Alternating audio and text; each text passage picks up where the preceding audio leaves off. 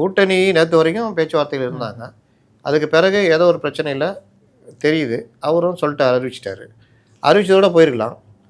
திமுக பாணியிலேயே ஏடிஎம்கேவை எல்லாத்துலேயுமே ரிப்ளிகானா திட்டுறதுலேயுமா சொந்தமாக திட்டேன்ற அதையும் டிஎம் கிட்ட கடன் வாங்கி தான் திட்டுறீங்க.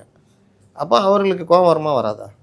எவ்வளோ திட்டங்கள் எவ்வளோ இது பண்ணியிருக்கோம், நீ வாட்டில் உனக்கு என்னென்னு பேசுவோம், உனக்கு அவ்வளோ பிரச்சனையில் ஹெல்ப் பண்ணியிருக்கோம், சோறு போட்ட கையை கடிக்கிற அப்படின்ட்டு தான் இறங்கி அடிக்க ஆரம்பிச்சிட்டாங்க. இன்னொன்று சொல்கிறேன், நான் சொன்னேன்ல, போவாத வரைக்கும் அச்சா போயிடுவாருன்னு பயத்தில் தான் இருந்தாங்க. இனி போக மாட்டாருன்னு தெரிஞ்சு போச்சு. இப்போ டிஎம்கேயும் ஏறி அடிக்க போகிறாங்க. மரண அடி விழும்.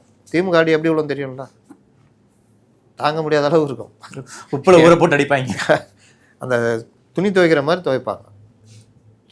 அங்கே கொஞ்சம் டீசெண்டாக அடிப்பாங்க, ஆனால் அடி விழும். பாஜகக்காரங்க எப்படி அடிப்பாங்க நான் சொல்ல தெரியாது, எனக்கு தெரியல. மத்தளத்துக்கு ரெண்டு பக்கமும் அடி. அதை சமாளிக்கிற அளவுக்கு மத்தளம் இருக்குமா அப்படின்றது தான் மேட்ரு. இந்த அடின்றது ஏதோ விமர்சனங்கள் திட்டுவது அது கிடையாது. உங்கள் கட்சியை நீங்கள் பாதுகாக்கிற வேலையிலும் அடி விழும்.